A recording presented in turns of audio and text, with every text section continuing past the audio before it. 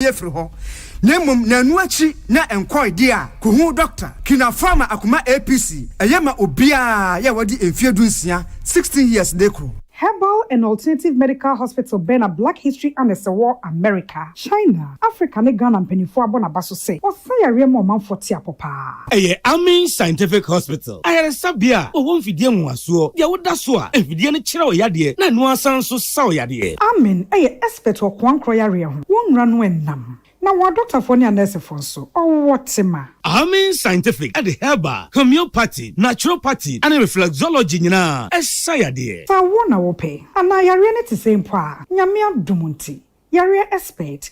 Amen Scientific ebeboama inshallah ohoato na wonso di adanse se de Ghana for ne abrochirefo bi di adanse no Accra Akan Scientific ewo dome Oben Snake Flats and Alashibi nso our Klagon Eben Shaman Road under bridge ope o krabata p frɛ no chiro de ben wo 0245275254 ana 0207229505 Amen Scientific Herbal and Alternative Medical Hospital Allahu Shafi nyame ne yaresafo Happy delightful Jew. Swachulala, chichi soso.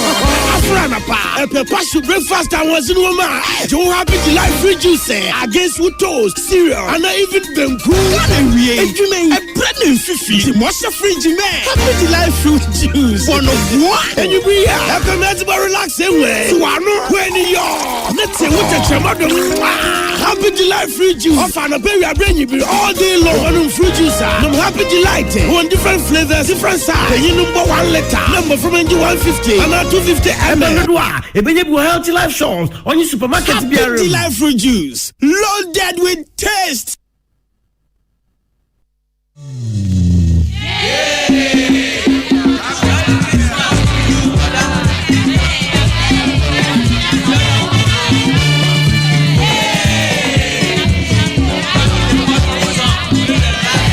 Edia kwasoma munyina fisha pana no pare kwafo nana baby a wawie bia won kwaso ye mesemenhia papa bi nana awie mesiesie ene kagya eni aseda wodo no adwempa yakopon wo hira pa yakopon enka ho menua Memphis nso baby a wona mawie bia awrade nyeje utata no fa nkonkodru abusafo na ye wani gem pa kire se enye nipa nyina na sabe yaka asam to omoso a omo tumi sign wa bra wo mote ase enti enawie ye nua pani ke ofori ye ma otrin kwa bra pani ye ma otrin kwa wona yere do four sister course any team ke fori solo any obia ye da awrade asema mo nkwa ye ka so otrin ni na mane doso nanso awrade wo yi ni free ni nyina mu ye mfa de occupational hazard a sign and obi di be sign mo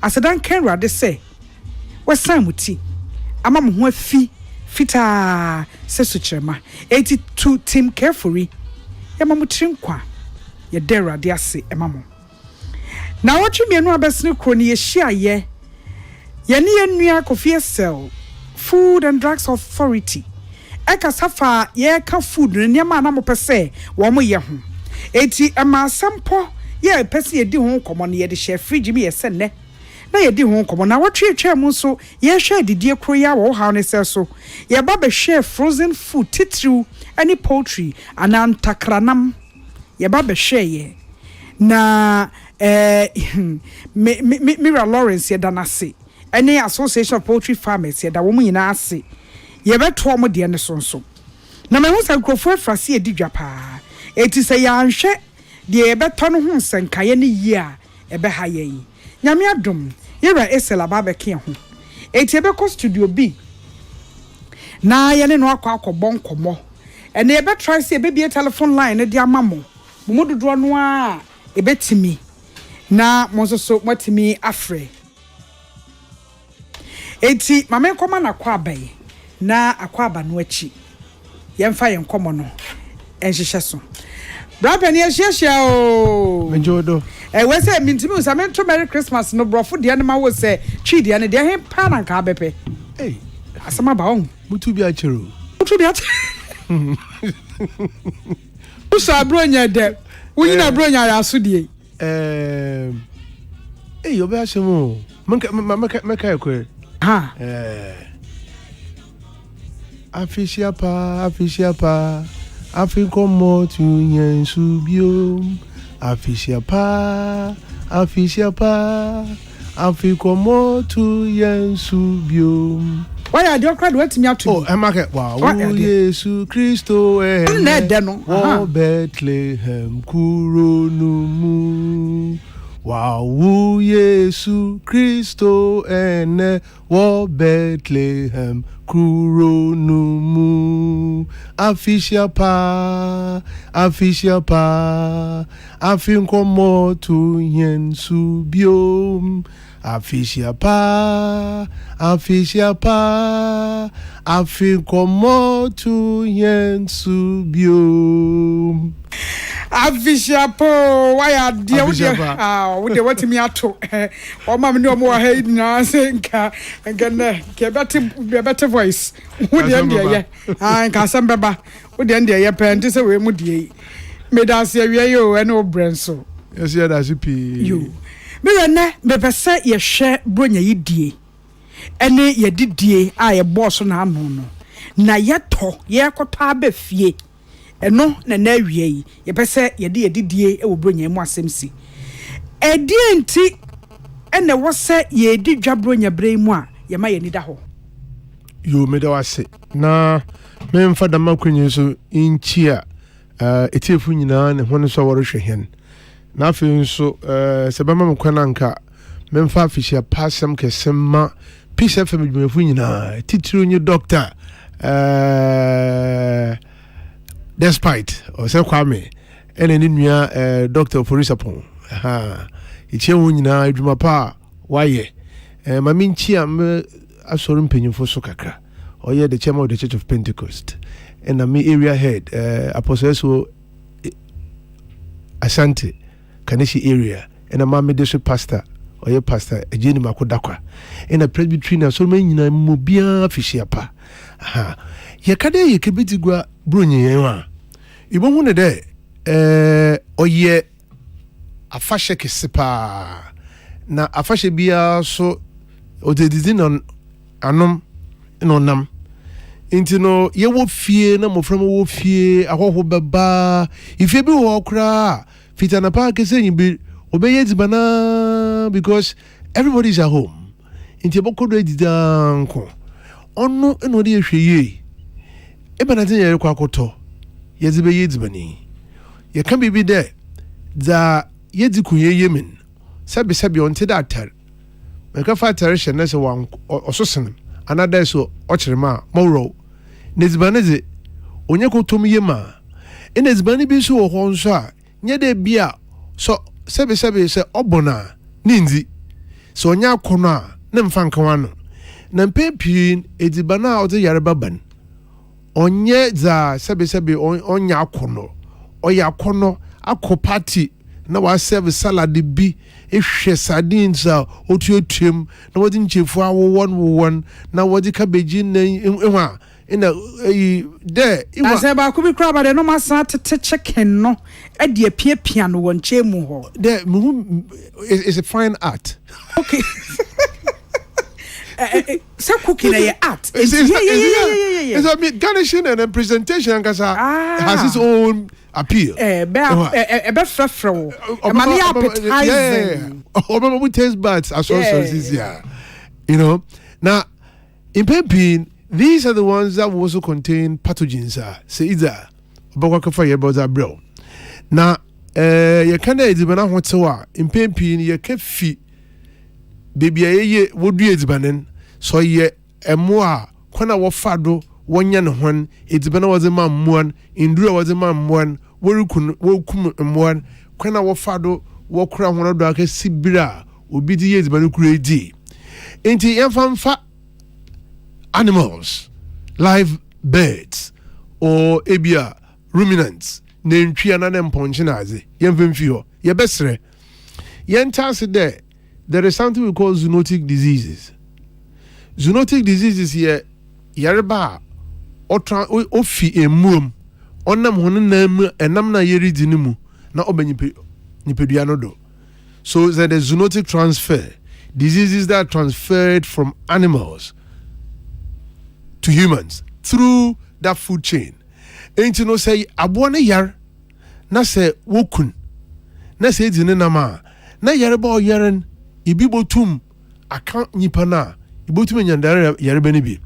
Ain't you say kwa akoto se be se aponche na se won kokunu mawa mini papa menyende make sure that aponche se etwa edibo ko in we have abattoirs. There was slaughter slabs or local government or the veterinary officers akototo ho a obehwe de aboan oye aboa otapo yere be enyin ho mo be ya wo be ye the friend pre-mortem examination and a post-mortem examination na wo hu da aboa yere be enyin ho say dzin na ma oye na pempin. There's a traditional practice makotoma ponchen mana mezi kofie mukukun ebe de hu de because inya nyu a sebe veterinary officer owobi. So you will not be able to tell. Nuntum hu de aboy oyera na de onyer. Na ikedi dam aboy ne nama. Na so oyera aka fa yarba ne bia de na bato ho do. Edi bia keka moframa, edi bia keka busuafo. The unfortunate thing o munye there, do ye pa krampo nye there.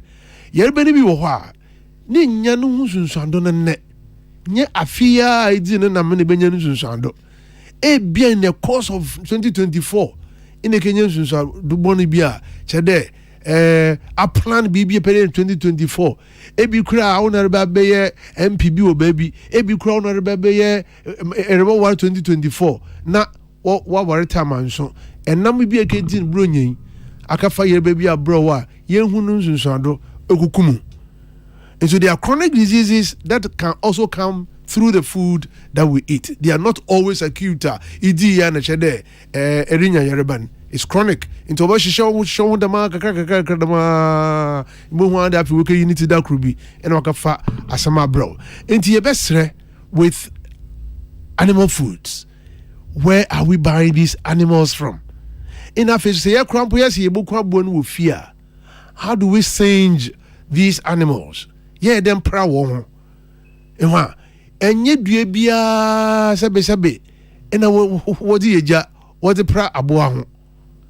Ekefe tabu bia we paint ho what the oil paint and I paint to be a paint ho say a ratio dam dua na you also bend the paint into painting the chemicals or woman obe evaporate another ofi that state in ma obaka enamen obe franamen and most of them because they are oil in nature it would the fat or enamen obotu matching into the made ban be obi be kana sam enam na region it tastes like paint ekedi paint ema enti no we also be able to say se messenger bonu wo fie be pra no wo fie a pe enyena papa edua papa na fapra aboa no ho ena afi nso no se rekoto frozen ones za was that she fridge ma why tintintin e be sre pa de o wanga se tournament aye ma wonwan da omra ho do kakra. She physical features bi wo enam no ho. Say enam no se bode or say ya, bona ne color no so eden or say enam no nkan bi ribem. Na menye nyina obeja dance there bibi akɔkyew wo enam no ho. Ena afen so mamma de ma meka ne nanon. Mamma edziban na bona wato don on attractive another onom frefro. Non jeju no nkoto yereba ma ho. Sebe yenyime de apapa fuwo Ghana papa fuwom orotonaja wodu bronya du ncheporot wodu not on ntem nanso obi orotonadiri bia opemfa so nche bo anka senyime de nantwinami 1 kilogram what on the dam then there's also nantwina matodo watodo I more than half of the market price or don't catch that there's something wrong with this meat. Okay, nche no nyina yebokutuma akoto enyama in bulk. Inti ye tu atofofon ye to sre enwono so awotonen. There are moral implications to our actions. Zayer yen say yama nyamisro anade suban papa bi ananu hweji na ye yen de ye pesike ye pemfaso a ye be say aze e chena ejire yemi obi so zibeyo na anya omamba pa say ye nyamisumu nyiso a tase de azayen ayebon enyimede enam na say enyimede abuan yare baby wono. Why do you want to sell it? Be honest enough. Zino kwarna kache nipa ne de abue me hwene ndie ya. Ene da wode ne be no didi fine. Anapay ne ndie na asesa. Ehwene chiri kura aide oja nanan ya aye nsunsu bidam. Intom na abue oyer. Intimu ntum ntone mo. Be honest and tell the person who wants to. Obi wo why I'm renting me chede. Okay ye goat light soup. Boys. You know what pentem. Ekra de aboa ni be wuo no. Ene yebeka se koku ne ntem nya sa obewu. Chede abi aboa ye no obewu. Inma to ye no ya orubobu a. Afen so no ye besre, and we want to encourage the environmental health officers wo ye ni ingwado. And afen so wono so city authorities. Ibo na obedi bronya day then along the roads and the spaces kakra baby wo ho, then people come and then mount hen coops or about ton and more and go call in poncho ho. There and then that place becomes a slaughter slab. Ibo wade e ho baby a odi adaka na be shoro ton akoko na in ponchin. E ho na so wo kumumua no ho. Ye be city authorities. We have put you there to work for the health and safety of Ghanaian consumer. You gave them the authorization to set up that facility to sell the animals there. But I'm far more on there. One kum more. I'm far more on there. Sebe one prime more. Ain't you know say what the permit man for there? They can mount a sales point. Baby open what on the mumwe. Woman want us there. It is forbidden emre ma ho kwana de ibo kum aboa wo ho na be den ibe prano so wo ho na fese hia no so ayekoto mo na yesre de won kum mahen won pra ho mahen wo bebia woto no so menyanye na ye de yareba na ye de kofie taza akoko no wotona de kofie so akoya wo chapa te here new porto pharmacy bi wo ho ko be ka kiro frozen bed. Another coconut whether she fridge mean it does not necessarily mean the on yet. Ye take a deal we ye pay fresh. Now so now call market a quarter frozen fish. And I'm the way ye number a prunumina and what that was the ice a good. Ain't a number what if people do so on ye true ya what you send minimum there's in my different tree. Omo kopu na and omo twe no what in Yamana no what in Yamana ba empano ho na wo twu e wo twe omo twe asew no you what ba empano ho that is fresh fish but okọ eponodo okedi be the 1 week for 1 month na adi nyina za wozi be nyina or you frozen the omo yi kra free pona no acha ye 2-3 hours we want some the cube aguso. Yes, because naturally once the animal dies, a body will pay or be fiancé or say. And the ice now is good. It's a preservation mechanism. Kuna wafado kura enamno another enamno da enamno on say. It's all create to fukra kade. Say emi moko abatu ebi moko slaughter slab bi there moko kumaboa. Ni papemin samarokwa. Eno yada emi meye. Enti murutu fo because another ada meshia.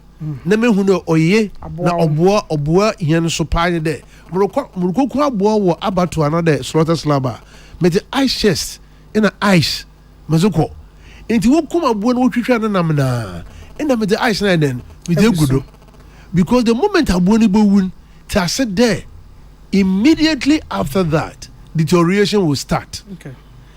Okay it's impede nam ne be say intin na impede nam ne daw owo mote na ne mahode nso menya ni nyina aza wode kurado ye ice enti say the ice can bibi one on chere edibanen wa say me kai me call from plains me fact mando toko ena mo koi na yebodu ye me samechi na o me hu de tilapia na me so mu tobi na me kita ice chest efi brother krubia na oh we o de namane manwa betumi akwa de kokudu kuma sekura na nse He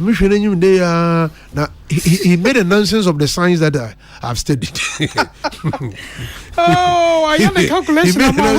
He made a nonsense of the science that I've studied. The not on ice, on say. And this is the mentality that a lot of people have. It is a frozen food to cry. The last item order to or your frozen foods. Mobe ya because if you na started there where you need it. Orobo pa you my show. It is a koto e get go to frozen items in first thing. By the time be go in the ice ni na if you and hwe ye ya and am after if you said there or say. And you know buying then live bets in na zokika hon ye to ofu ho. Making sure there you don't slaughter these animals at home.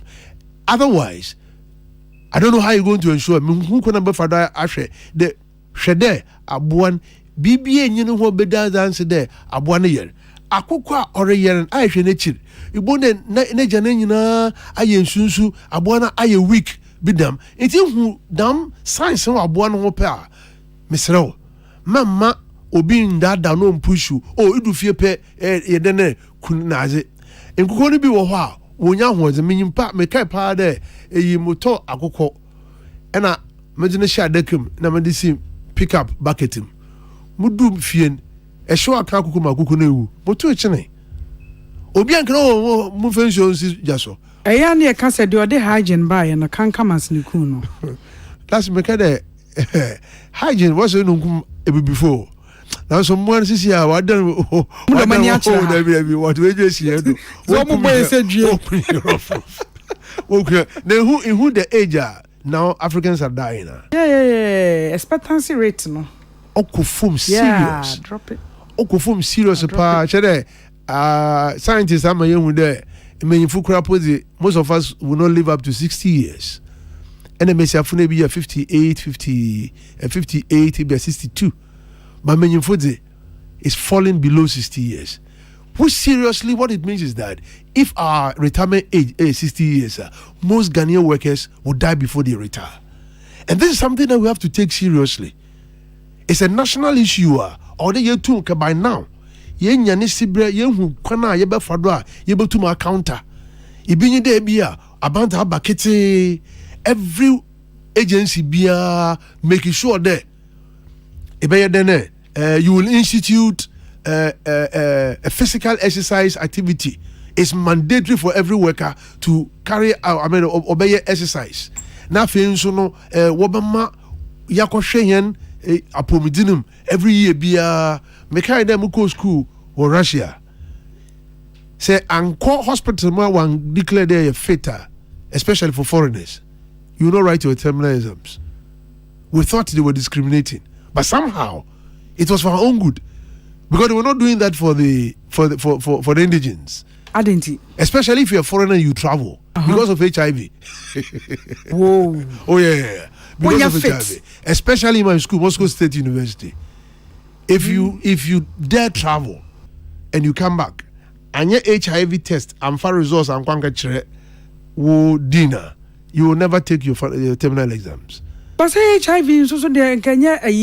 But that was this is in the 90s. Okay. So Brendan these were the 90s when HIV. Yeah. But you see, at least it allowed me to know my status, that I am fit. Then I will know how to. It's like what be say know your status or hepatitis. Precisely. Household. Yeah. And I feel so when I want to say conduct to sure. It's but we didn't understand it from that angle. We thought it was discriminatory. Maybe it was, but Obuahen Kwembido. Mambaya, Ibuhu, Kwembe Fadoa, Yabobo Henbra. In the foot of my mom for Uyabiri. Nyade Bia, you need to Honakuma. Ubino Bakana some de Yebuntienda. Would ye boo now so and now so here into a day da Eziban or the Edi, but Eziban Korean as a year Obukorean. And seriously speaking, most diseases are contracted through the food that we eat. Oh, we are what we eat. Seriously. We are. It is unsure did ye. Na say etoto edibandi ase. Sebi say ediban kura wo sikenyi didi onyanyi su obedidi. Nanso sikenyi botuma akoto ediban akoto yareba. Enne esikafu pi in spite of wo sika wo nyina ehwe obi na ediban odia. Ina wo yenkura be hwehwe na ni sika bebrebe no odidi nketinketi se. Yo odo didi nketinketi because waka chere de ye be sha no ho enti original ma ondi enam according to what's the Manchester that kaketwa baako okay be chere na no be say be sister so sana pomden for na ka chere so Manchester enam Manchester that kakra na wo fe na mo potato baby na da ka ho and so vegetables na che ne important ya da ni bi ewi won ye wi atawon o say important ne dia ya da ni bi ewi ye wi atawon ye wi atawon na so vegetables o trikas ba atosede o o mpa vitamins and minerals ibenya pi wo ye vegetables dilute no yes solid na ye momodina there Christmas yenhwe da menyama yemra chance mediba no do because ono so hia pa impepi yetufu de chance mediba ndin ka ye ediba na wa krado into otume cher into no the minimum that you can get for most canned foods is about 3 to 5 years. Some can even stay longer. There are some canned foods would this year after 10 years the food was intact. Into no but you may be too much born war canned foods. Ibinye there say autofoam na say no hono monkuma ibon de bia ebon kitikiti bia beda ho ebon no babeda ho osua made inframan kuti no botuma fam insu ina nzama owo the Jesus are owo kan mun ontum fam mpoima but air from outside can enter. Damem frame ya wetwa yen hwehie se bi wura chance ni mu pe obefi ase de or says banin inti bo ho ane the chance na efi ase de oruwur. So anytime you see a bloated can chance ya chance made bana we wuhura ye pon ne chow mama obi nda don kan cho de ya atodo inti kokoto. Sene chef life no cry 1 year from that day to cry. Once it is a bloated can, don't look at the shelf life and buy it. Reject any bloated canned food. If you are, you can also have a dented canned food. Chance here, no habobo. Tell me can ibo for me, ibo the chance no habobo. Another one munkum. Say chance no munkuma. As a woman there.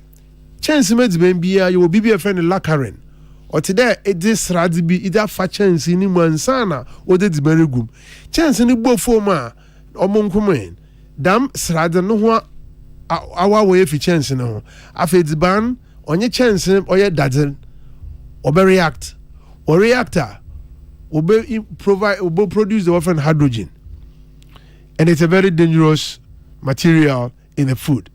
So dented foods, bloated foods are not suitable. They are not safe. If you know there's the practice. Ghana high title. We put canned foods on the sun.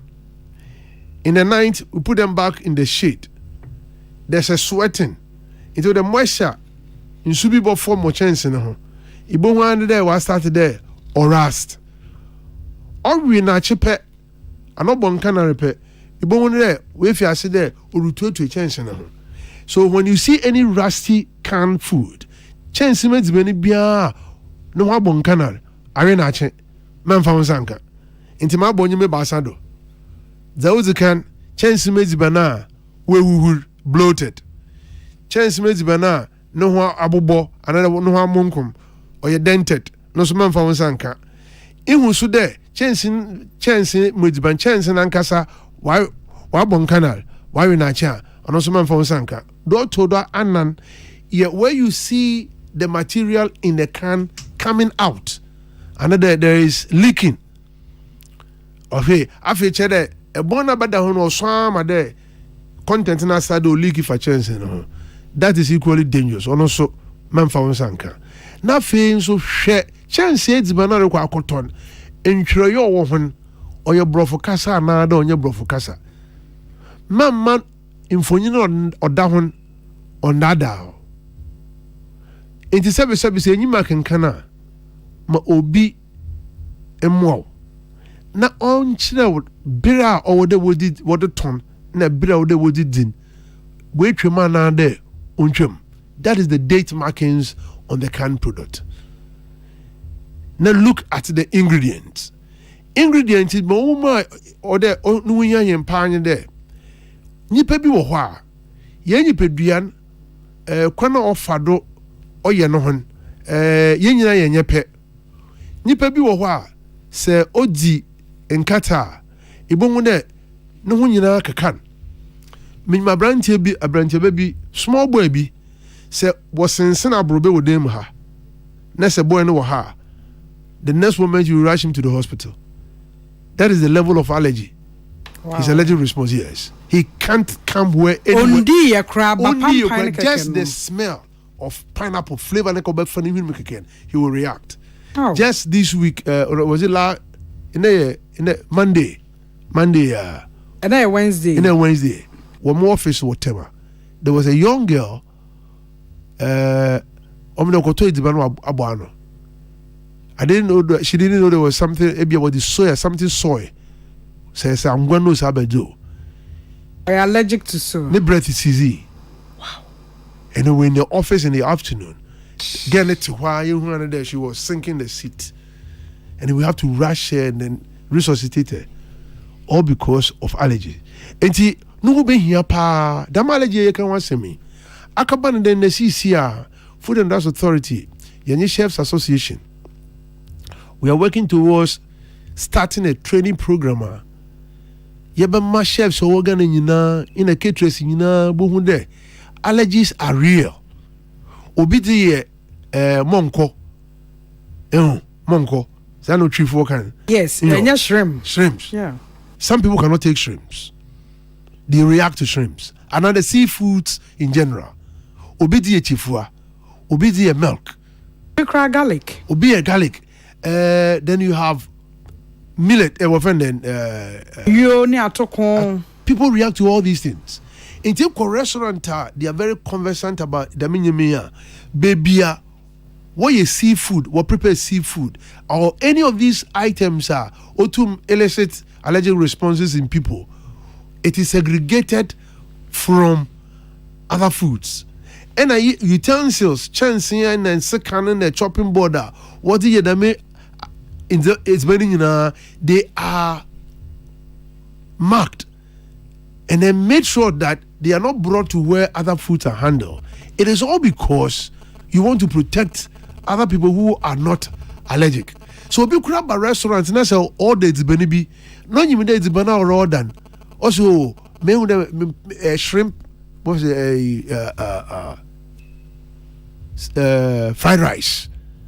The chef or whoever is serving that table should be able to tell the person that some people react to shrimps. It's important. Are you okay with shrimps? Oh, and it's a train what chefs, and train caterers. Ma we want the maji. Ma obi ba obuhando already did one share sanana shrimp or the fried rice in the way to build up or te party nasi dama ibo de biblian one so more motre brunye yempede beti bibi adam into order yenyina yema yenwa bayondo e de menye mefi ho yemra vegetables atosodzi wom oye nipedua ni hia on the fruits, but we should understand that no food is sterile. It's maybe a new one. No what's kesi. It is not because you bought it from Agbubloshi, another you bought it from Koala, another you bought it from any of these big shops. ShopRite makes it safe. It is a cotto lettuce was ShopRite, another oranges was ShopRite. Nekoto Ekutu war Mala Market. It is not because this is ShopRite and this is Mala Market. It's ShopRite. You see people hot to apple. Well, was street to do, or the upper panaterium. I started on a cacao, thinking that what Tarananga said, James what Taranodo. And he said, the apple for what Taranoa. You are only cleaning dust, but microorganisms have not been cleaned yesterday. Nipa and the them vegetables here. When you get home, clean them under running water. If we are in a ibotum, vinegar, another salty water. Na ahohoro ede gum kakra iwia ibotum ede nsupan so aiden ede ahohoro ho na ebia ewo paper tissue bia kitchen towels you mop out the water from the vegetables and the fruits before you refrigerate them. This is how we can preserve it. And obviously you do a salad and so yenta say the salad is not cooked.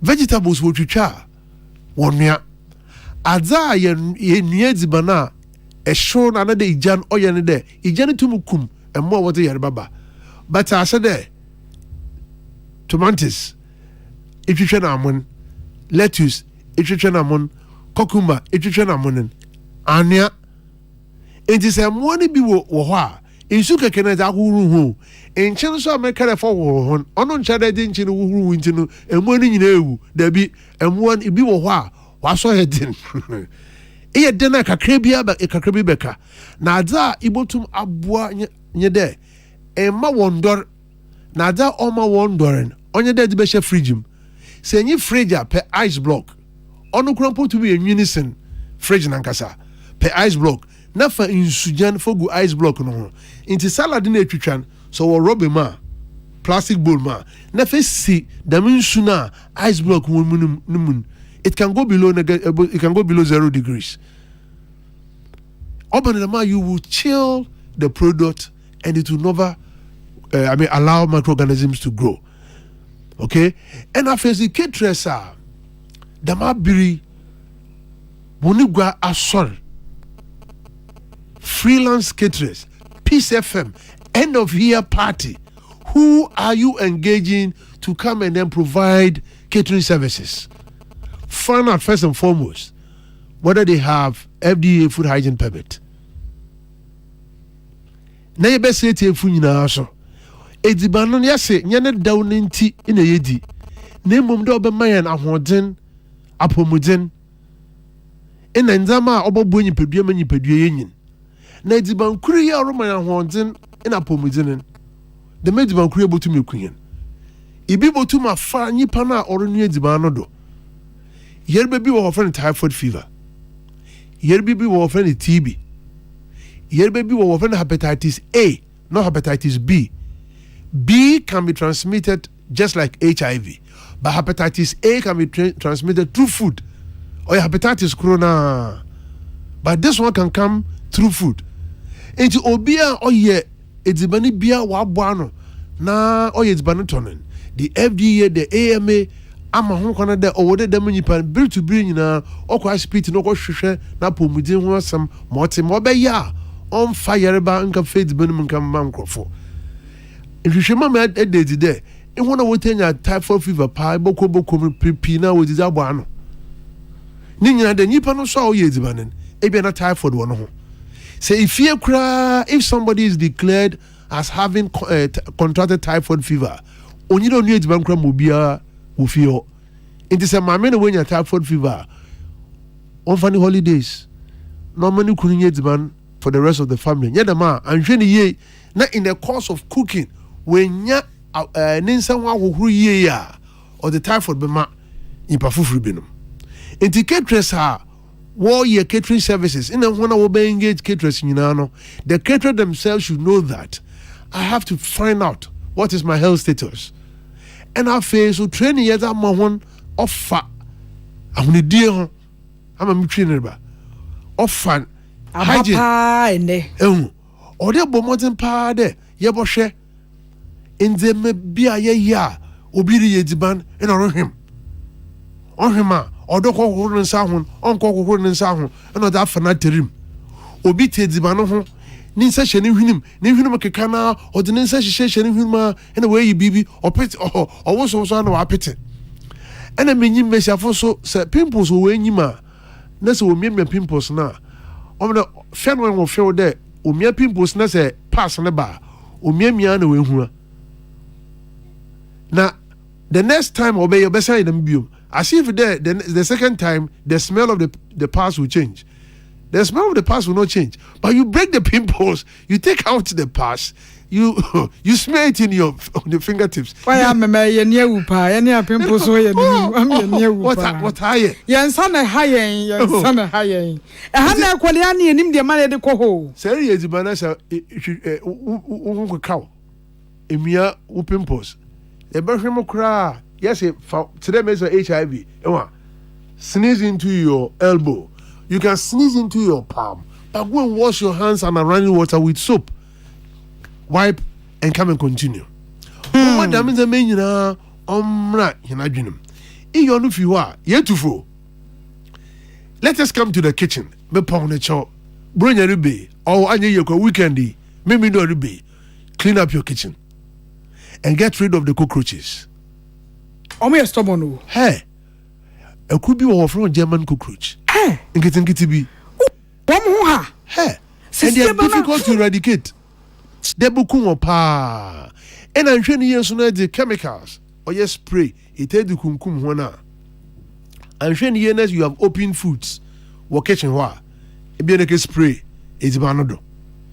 Adza obwa pa ma cockroaches wo fi ho. Onye de nem fa bola. Infensi wo kitchen madinchi. So before you go to bed, remove the waste from your kitchen. Wash or clean and sanitize your waste bin.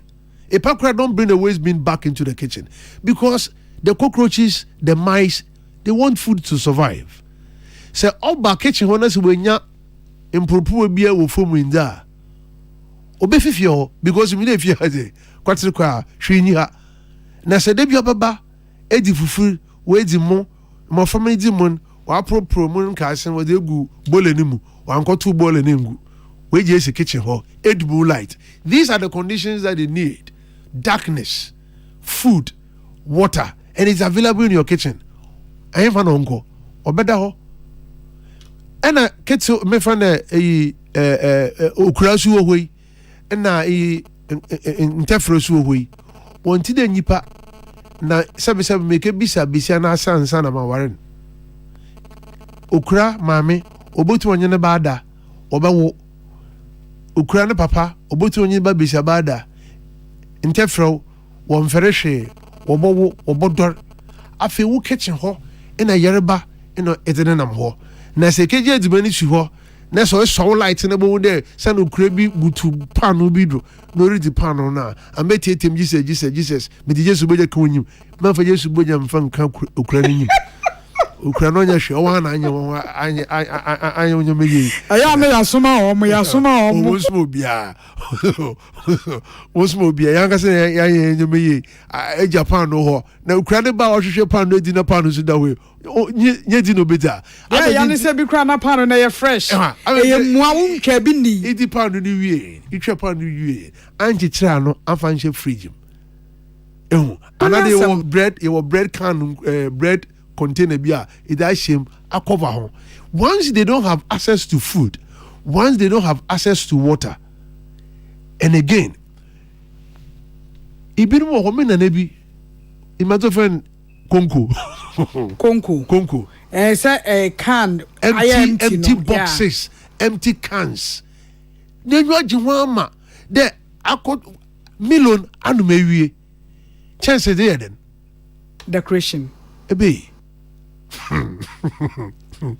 first if crash will be your friend asonsu what this is okay when you go to the villages when they would track can anywhere nanon or bought what this also villages those days now plastic cups and awesome. That is what we're doing, so we understand that where they were keeping these items, but then these items are now being recycled.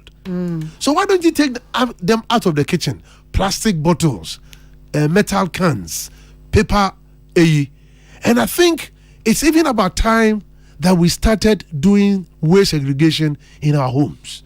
Here it come about we are not having landfill sites and all these things.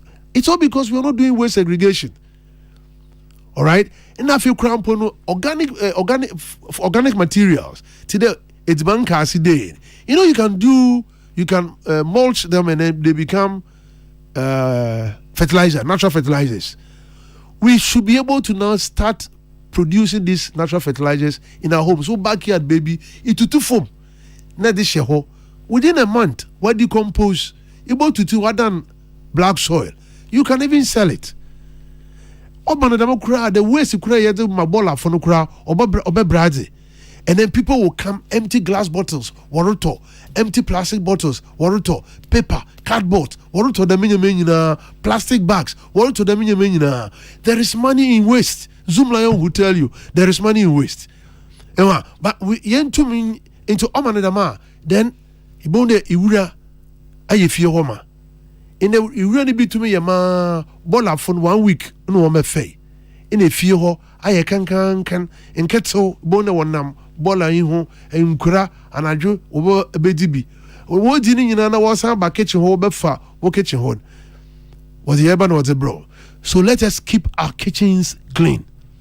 Afen su insu kra yedi yedibana yeridi insun aye benja titiri one idea, they are not linked to pipeborne water, Ghana water. Naibia, one can say way to Wobura fie nazi. Ye best one. We don't know what has happened on that land several hundreds of years ago. Inti se itu nsunene na se nsunenwa da ho nsunenwa ye krojin ti da mesma ye kan na se ede hurade na se otwe hura. It does not translate or necessarily mean that the water is safe. When you sink any borehole in your house, please let water research, Ghana Water Company laboratories, and now there, Ghana Standards Authority or laboratories. Let them teach you how you can pick samples with them. No one test in Suna Buddha in or women or in Sukrojen. In Pempin, say ye to Buddha Ness in Sunenu another onyanchina. Oh, we have for ye trade. Now, do ye crampo there, ye down the moon suno, ye san tonma, a for our water for ma, or yan bonodo. So we are spreading the diseases. But you can have very serious heavy metals, be today arsenic, can be in the water, but you may not know. And I reconum the munshi or the yerba bro. In the insunu crampon, water tank wolf yo. Afini Busumensia, Busumanan, and who tank in the muda. Because it's so that Moko who tank in the mountain Siogui. Ghana water, better 3 weeks, 1 week, and a one. Said it's Miko 2-3 months, me pacho. A 2 tank no more. Was soon betting me. Baby, mete, but we top base. I'm very close to. But we thought base is not far from where treatment plant. We can go 1 week, 2 weeks in a pipe and May. Meeting no in a dark room, Ghana water and penny for no kuna me friend. If not my friend, the menu bring in bay. That's how it works. My friend, the menu brings in bay. I understand they have a challenge into their rationing the water. But the most interesting thing is that Obia or downstream. I understand because maybe the pressure is low. On point to cars. On the beyond you or the home for cars.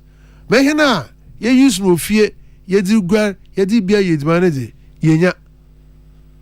And your best one, what water tank or fee, but more than there, you better than able to chew. After there's another trend, and we are discussing it. Architects, MYN. Yes, you don't see here in Pempis or Abrosana. We put you create space in the roofing area in the water tank and so that the water tank the water will flow under gravity without electricity. It is a very good thing, but let us ask the question: how do you clean such a tank? See here, Ghana Water or the Ministry of Water Resources is coming up with what we call water safety plans, even for our households. And you know, say in Suna, Ghana Water for a pump or bro, na obodu wufien eba no kwan na wankasa bo kurado a insun obeya krojen za amon because on want body insu papa no was abro o na di insu na kogu tankum etitase de insu no gina tank no mu cheren. There is something we call microfilms. Ibona say insu or bucket mu kura chera over time and the container biema ibona over time e de won sa fa container no ho na ibona container ni mu na etoto ade body nkruma ade wada fa chance ni mu it won sa for one but or why then you see some floss like materials are float to insu ni mu. These are microfilms and they are microorganisms. And don't forget, I mentioned to you that there's nothing sterile. No food, no water is completely sterile.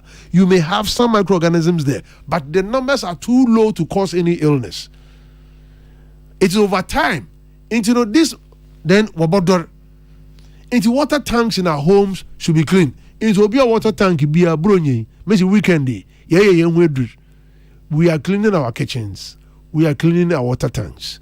Let us prepare ourselves and enter 2024 as healthy people. Mobeya yanka fayerba enfama yeneho.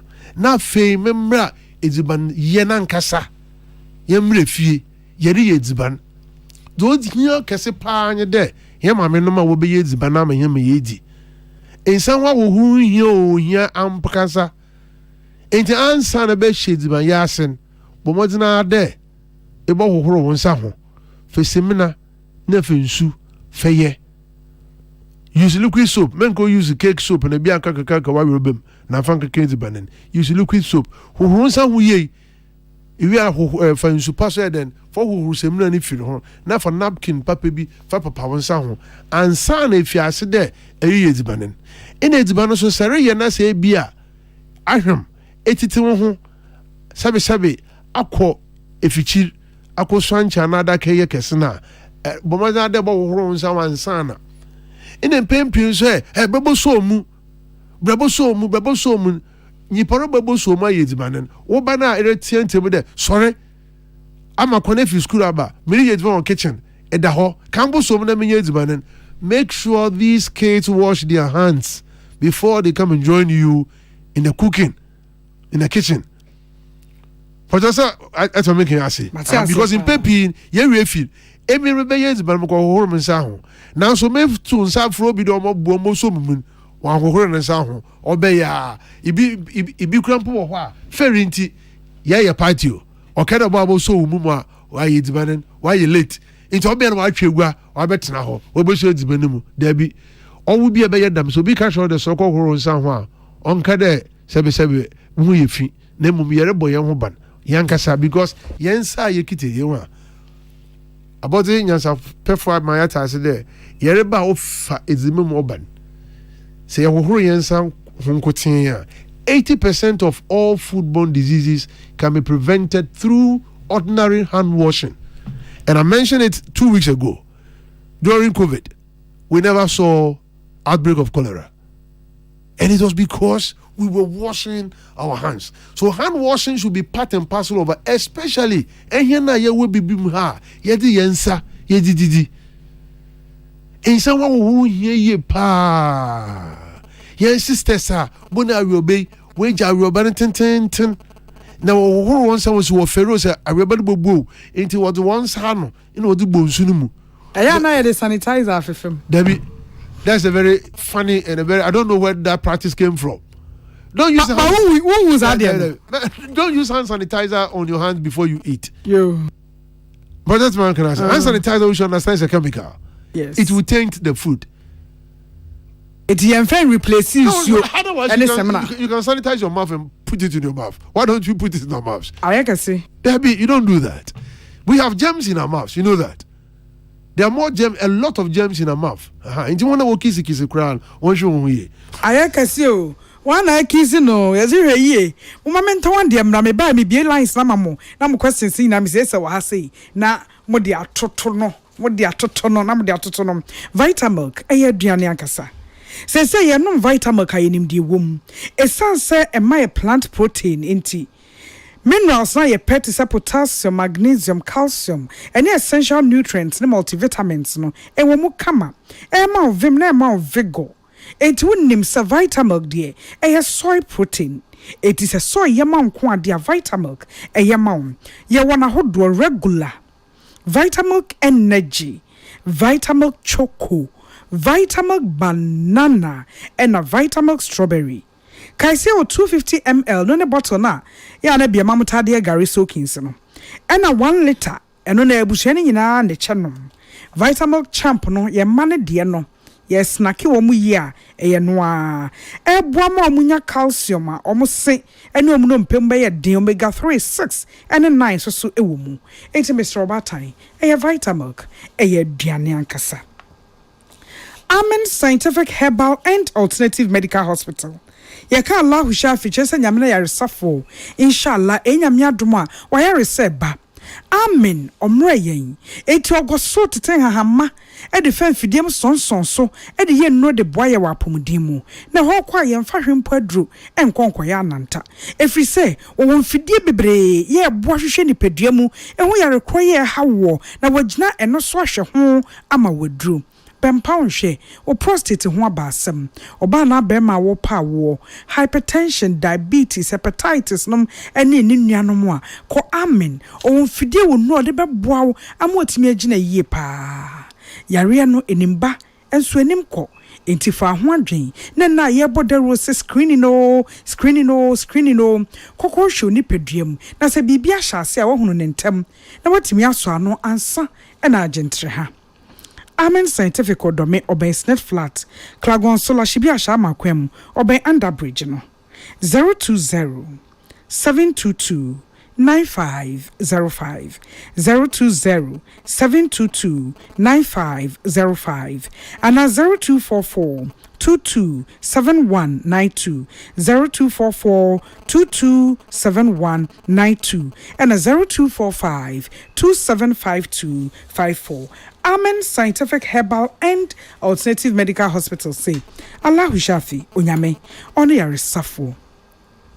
Mama happy delight fruit juice say loaded with taste and you buy your name near pe and one ya son ayimu ne pano ya juice ne kama ya package ya dear brain happy delight fruit juice ya loading with taste the here so be pebi abubu agubo wo de sha fridge man chele kakra bi sa no a oh ekoyie pa na tie ye na se onya cashew kakra bi gina nche ho so a wo de boso a o snack kama pa edidi pa de so mfa so bebre happy delight fruit juice ya loading with taste convenience store na wo nche ho ne bi ho very kraton bi uduru rema sa benya bi eti supermarket any convenience stores etwe ho hia na kokwaje odie medo ko farmer trust adwumemu wo de no bebre aba bedum ye nia ebi ye baby vite ye want drops and then a syrup ye the drops is so nkwada no anum syrup na de mo tutu no na drops nimpo na ye motafo ne de no ekuta 7 essential vitamins and minerals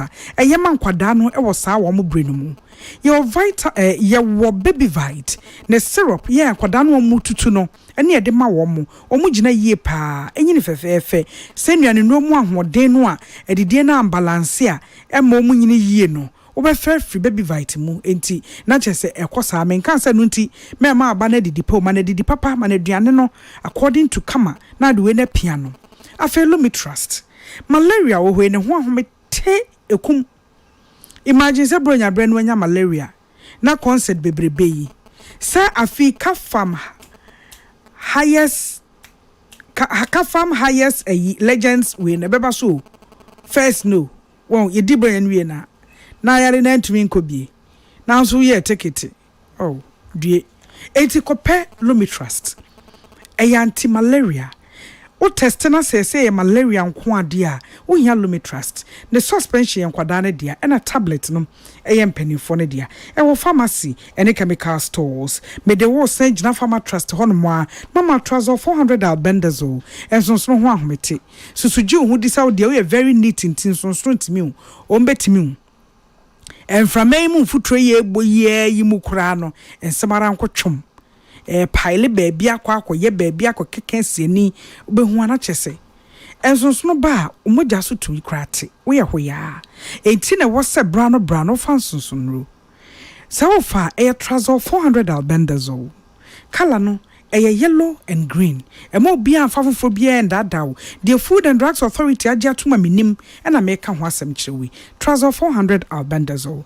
E wo pharmacy ne chemical stores. 0561 08 8666 0561 08 8666 and 0561 08 8663 0561 08 8663. My man found go jina APC adwehye Kena Farmer na chese hono Medicine Unlimited. Ebre tipaye bejeje wo.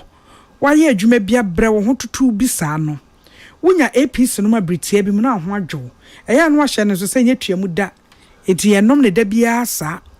Onom ne na ho to wa utirinkwa. Na emo mo ho to. Ne wo mu a donhwiri bia chi ana adekye. Na oya ona san ba na wasan akonom da bi yenye ne saa. Wo de utiriye o system na kan bibi che o se bibi atosine onipaduanom. De Kena Farmer ya aboa ne se wonom ye na anko ninti. E che se bibi ntwe ye nipaduanom ti ko. Na ko hu doctor Kena Farmer Medicine Unlimited. The 14th edition of Ghana's biggest award event, 14th Visa King RTP Awards 2023. The prestigious Visa King RTP Awards comes on at the Accra International Conference Center on the 27th of December, 7 p.m. It's a black tie event for all nominees. The best dressed lady and gentleman receive $1,000 each. Limited tickets are available on rtpawardsadafrica.com. The 14th Visa King RTP Awards is sponsored by Visa King Travel and Tour Limited, Jim Ray Estates, Special Drinks, Platinum Music Group, Duffield Roofing Systems, Corporate Ghana Awards, World Humanitarian Awards Group, and Peace FM. For Nana Yaa Konadu to win Radio Female Presenter of the Year Award, dial *920*111#. Enter nominee code 469 to vote. Herbal and Alternative Medical Hospital Bena Black History and War America, China, Africa ne Ghana mpenifo abona baso say. Osaya remo manfo ti apopa. Akan Scientific Hospital. Ayare sabia o won fidie nwaso. Dia woda so a fidie ne kire oyade na no asan so sa oyade. Amen. Expert o kwankro yare ho. Won ranu enam. Na wa doctor for ne nurse for so. O wotima. Akan Scientific at the herbal, homeopathy, naturopathy, and reflexology nyina. Esayade. Sa wona wo pe. Ana yare ne ti same pa. Nyame adumunti. Yare expert. Amen Scientific ebeboa ma inshallah wo ho ato. Na won so di adanse se de Ghana for ne abrochirefo bi di adanse no. Accra, Akan Scientific ewo dome, Obersnet Flat, and Alashibi nso ewo Klagon, Eben Shaman Road, Underbridge Ope. O krabata p. Fre, non sure de ben wo 0245 275254. Ana 020-722-9505. Amen Scientific Herbal and Alternative Medical Hospital. Allow Shafi, Nyamene Yaresafo. Happy delightful June. Wachulala, swachulala, chichi soso. Afrana pa. Epe pashu breakfast and was in woman. Joe happy delightful juice against Wotos, cereal, and even them cool. And we a bread and fifi. Mosha fridge man. Happy delightful juice. One of what? And you be here. I come out to relax anyway. So I know when you're. Let's say what a chamado. Happy delightful juice. Off and a baby, I bring you all day long. One fruit juice. I'm happy delight. One different flavors, different size. You number 1 liter. Number from NG 150 and 250 ml. Wohaw Healthy Life shops on your supermarket. Happy delightful juice. Loaded with taste. Mama. Yes, Junior. Papa na obey vitamin kenom no or saiba. Oliver Twist. Aye, Papa Oliver Twist or saiba. Mama go yi me vitamin choco and a vitamin champ. Engu me school bag mu and yes sir. Obefa koma ni man. You can win. Anye medru heavy akwada mpanisem. Daddy. Yes. Me cover vitamin 250 ml na. Udi akosie empano ase no. Na me manu bi. Everadu be ya finish me. Enkoda sempa di. Me anso be duabo. Efi na ekro. Meto vitamin soy milk drink. Vitamin energy. Cafe ni artificial coloring bia enimu. Vitamin choco, vitamin banana, vitamin strawberry, and now vitamin 250 ml. Abramonso. Ye per vitamin no ye nim no free no a. Ye per original vitamin. Na me vitamin ye nim free tete no. E do na me no mo. Vitamin. E me e bre bia. Eni be bia. FDA aje edwedwe nkrato ya to. said you obet me a check in a farmer APC in Sunti, and why yen sakuma. Uti paiwa. Fucking a farmer, Akuma APC. Kaka hawa. Akuma APC. Sisiarie, what person who no pemuna ya? Fever, and now when I'm here. Emubia kina farmer Akuma APC, ebeye friho. Nemum na nuachi na enkwai dia kuhu doctor kina farmer Akuma APC eyema obia ya wadi emfiedunsia 16 years dekro. Banoche obey 2 years. Any inti obey when you intend to mahodimu. Ababesa me bano sano. I can't believe it. And you believe you baby vite multivitamin drops. And my wife this is some of friend numwa. When you intend for professor baby vite multivitamin drops. And your son with baby vite the syrup 100 ml and the 200 ml. And was some my wife a couple be toma ye mano. About frabaye di pabrania. Ne free from your baby friend mo frabrim. Baby vite the syrup and the drops are na. Nashenin so say baby vite drops with vitamin C. Sansuna baby vite syrup, crea vitamin C, zinc, and vitamin E are a encourage immune system. A strong. Baby vite syrup, Nana drops, vitamins and minerals for a healthy baby. Baby vite multivitamin syrup and Nana drops. Our pharmacies and chemical shops at Phone Pharma Trust Limited 0561 088 663 and 0561 088 666. FDA Ashashasa Ejeden Krato Muaja to Mr. Eye. Yada say Akan Semedu na wose me musuma club wonu odi anka kwame yebo a eba era ise wa hasenti wa chereche de wose ye ni bebre de aka ne samo wase bisa ba kwa na mienu bi a bode betodwa na enu achi sebronya anu achi bibini na mo pe food and drugs akwan mo befa so a mo benya omo enti wadaro ma me bie line no enye nkomo ya yedie nko awo why one time ninti 0302257900257901 0302257900257901 enye nkomo ayedie ape bedase evo Nana afishapa oh Nana afi kometi o yami nshira papa amen na ye papa kaparu na asana lukano se omudi veterinary kunu contract wo ba bi ya ko aboa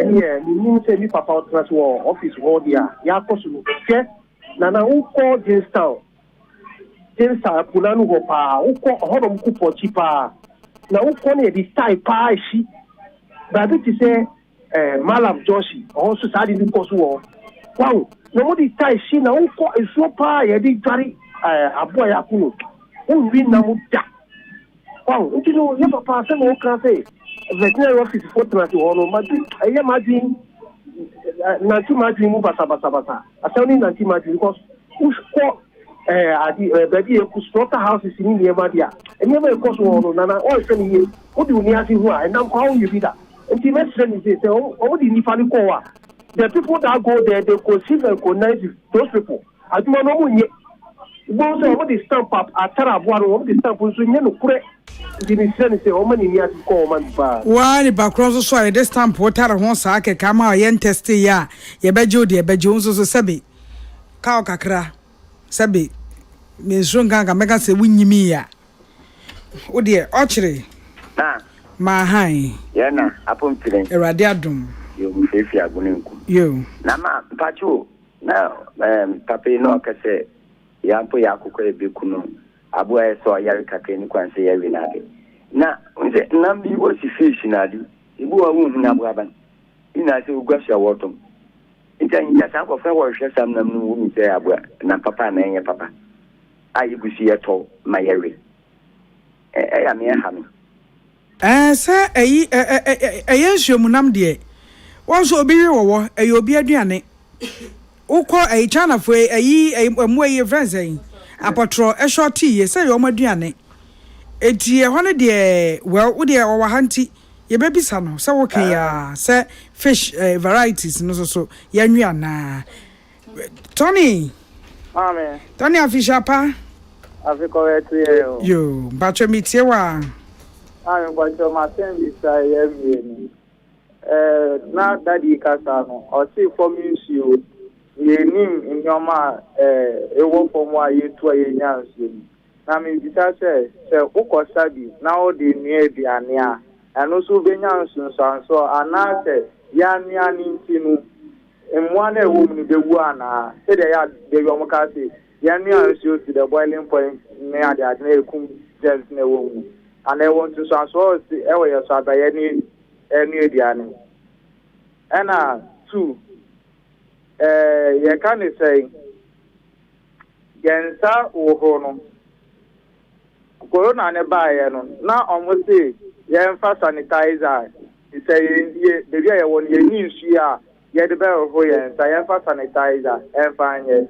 And as you see, all cast sanitizer, air chemicals.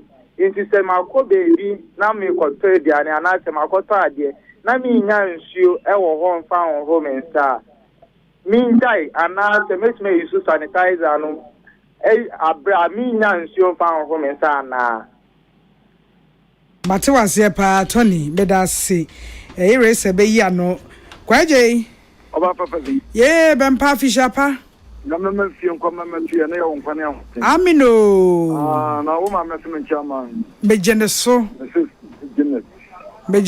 ma jane ma jane na papa men ya na to no food and authority na ye ra ko fie se na ka say me mama assignment so beti my mama ka mete ayaka si wotie ababa mi sem fitawu akuapem so no umuma woman go wa frame to more than 5 times we say enura just some transfer spy eni pankwa anwona asam ne yakam enti meseno wa ka enti na me san bofa me wa han se metra se me sabakanti eno no kan food and drugs authority omo ntwana mo na asomo oma dustling ala ta phobia bo mo no wo ekwa na no oma mo busom se be no mo ye enu aye fake enyira ne samo ni no ba ni na sanko fo na se gana ya bring for se ya man ye ne omo no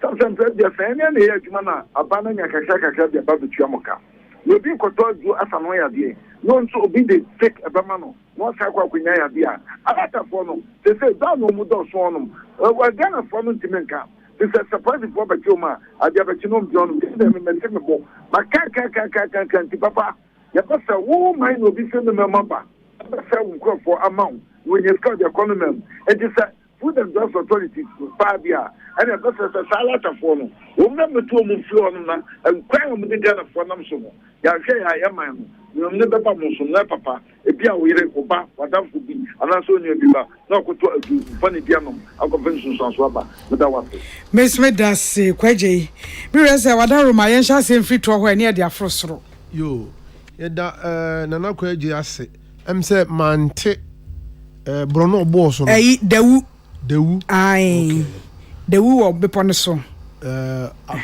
before ekropon okay. All right. Until I'll bring it to the attention of your Eastern Regional Officer. Okay. The other kind of binimu tunduru why spy. Yeah. And I think you also mentioned drug lane. Drug lane. So I say alataphobia. Almost fake. Be about being jina kuti. Yeah. Na say. Da pede ye tasi there. Ghana. Ehena na ibu tuma ye Ghana mo Ghana ye. Intino Anka ye best so bibi ote dama radio stations ibotu abona mendei police station krobotu makoko bona mendei yeso eti bibi ote dama ibotu anamon sabe ye will not be everywhere all the time chida mamfo anu wate zoro kodo no abeka chen impempiro bonda mamedi yedwuma to police edwuma ho indi se onuntina police for the one hotlines what do to go say eti bibi hu bibia Nana Yaa Konadu National Security Forces be by my communication authority or communication ministry. Obakade, when you see something, say something. Why are we saying that when you see something, say something? It is if when you see something and you say something that authorities' attention will be drawn to what is going on. Into that and yeah, better than pa. Sure. And I feel so if Tony Wansa, yeah. Tony, in soon, Damo kind. When you boil the water, fine, you kill microorganisms. But it is not only microorganisms that make the water unsafe. There are often heavy metals. Heavy metals, I mentioned the bit today, arsenic, lead, mercury. When you know assassin him, you can have iron kra. It said that's what assassin ma. On the paper say to bu and say iron ma, but in sunu nwa ekoko. Obe stain BBM. But paper what we've observed in there, here sink boreholes we feed. We're only looking at the amount of salt. And once it foams, that is okay. But it is not only about the foam. It is not only about the boiling. Let us also check whether there are heavy metals there, because that is also of concern to us. And in by my kind there, take it to water research, take it to Ghana Water Company. Tell them you want them to test it for you. It would to a brand of crap. You can call the FDA. We can give you contact of water research of Ghana Standards Authority, so that about with insuna kona one more test among who they insun or insu papa. And after he also talked about the use of hand sanitizer. Yeah, in place of water. Hand sanitizer only complement hand washing in the first place. COVID crab, we didn't say that use only hand sanitizer. You can't have who we are. If you hand sanitizer, be an 99.5% kills 99.5% germs. That statement there, what it actually means is that you will kill 99.5% germs with this hand sanitizer after you have thoroughly washed your hands. So hand sanitizers should not replace, the use of hand sanitizer should not replace hand washing. Now, mechanism we are the mechanic there. Every baby did. They couldn't titina another first beam crampos would da with the similar one sound. Where did they win? Nemonia will be the similar was so there, similar and can. Another similar and Casabo crazy chemical chemicals across the Bocrazy it's Benimo. Into say, Yahurian sound cranial fan sanitizer and fan count. Next year, the similar Hurian San ya. Ne Hurian San ya. You bought to me, Jizza, Uncle for Hobby American. Into no, say, equal baby, not say, Pedezi Wohaw. On me when you are not Bomodina, Nanyan Sufa will run someone, son, did men use hand sanitizer. Miss hand sanitizer or a chemical, and there. Sans sanitizer crow, we been crumple the perfumes with the goom. It's more than a use hand sanitizer, and someone in room. Now, the dinner side today, the loving diet when someone sent a kitty. It's been sent out, it's been sent to be. I do Kuyama. It is pleasant, but there's a chemical. That is not what you want. Most hand sanitizers are alcohol based, but that is not what you want. Okay, and they should not replace hand washing. Hand washing is done, and hand sanitizer use complement it. On no ma, once I know dimu. If you and so I'm fan sanitizer and fan young sound and cadel only team ready.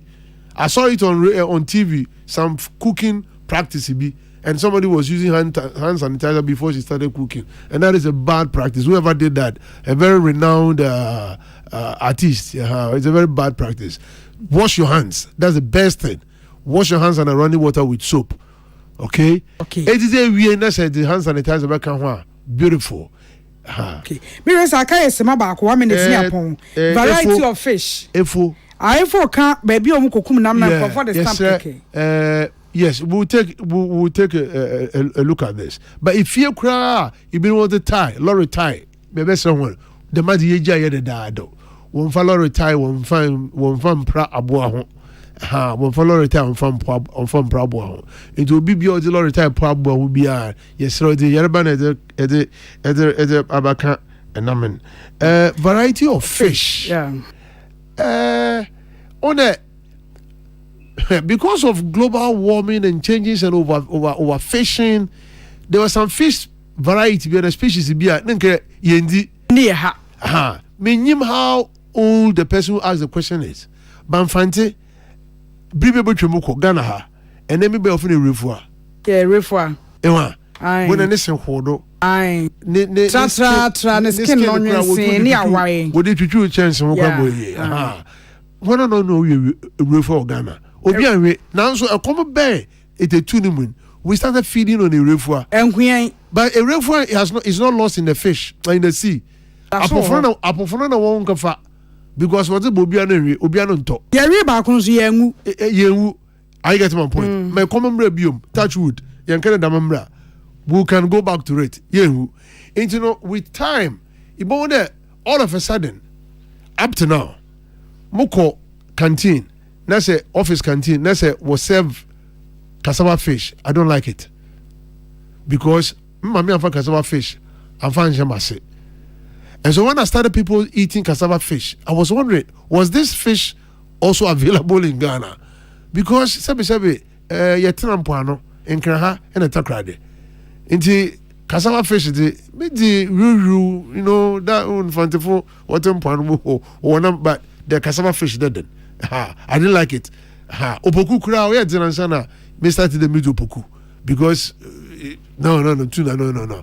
But there was some variety of fishes in front of what poano until so immediately you into the mepama kanya there. You have a lot of variety of fishes in the sea. Over time, our fishermen will introduce some of them. It be because onye so popular. But times are changing.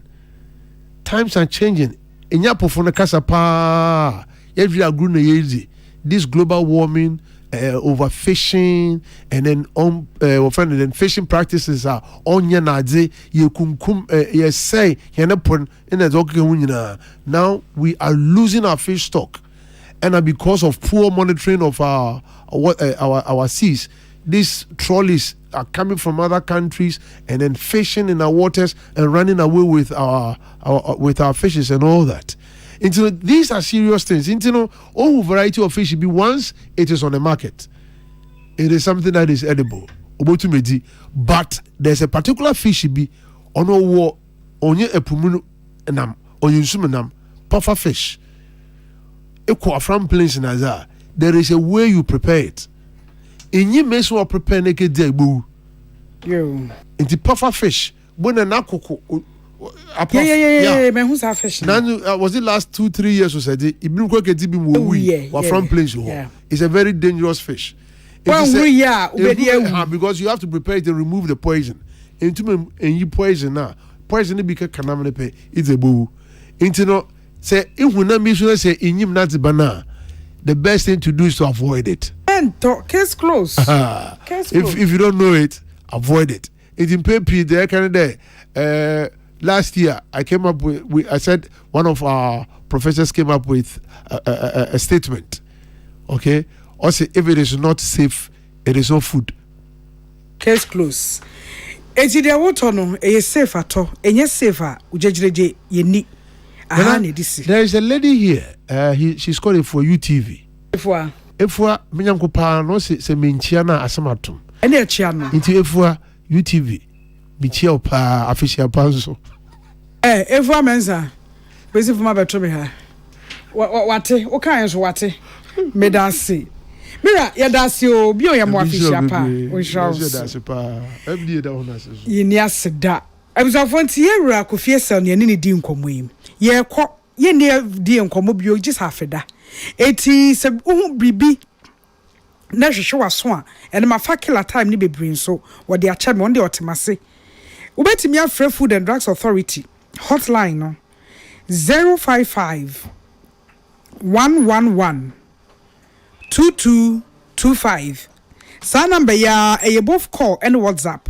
055 111 2225 Facebook also at FDA Ghana, Twitter and answer X so FDA Ghana, Instagram FDA Ghana, website no FDA at fda.gov.gh. Case closed.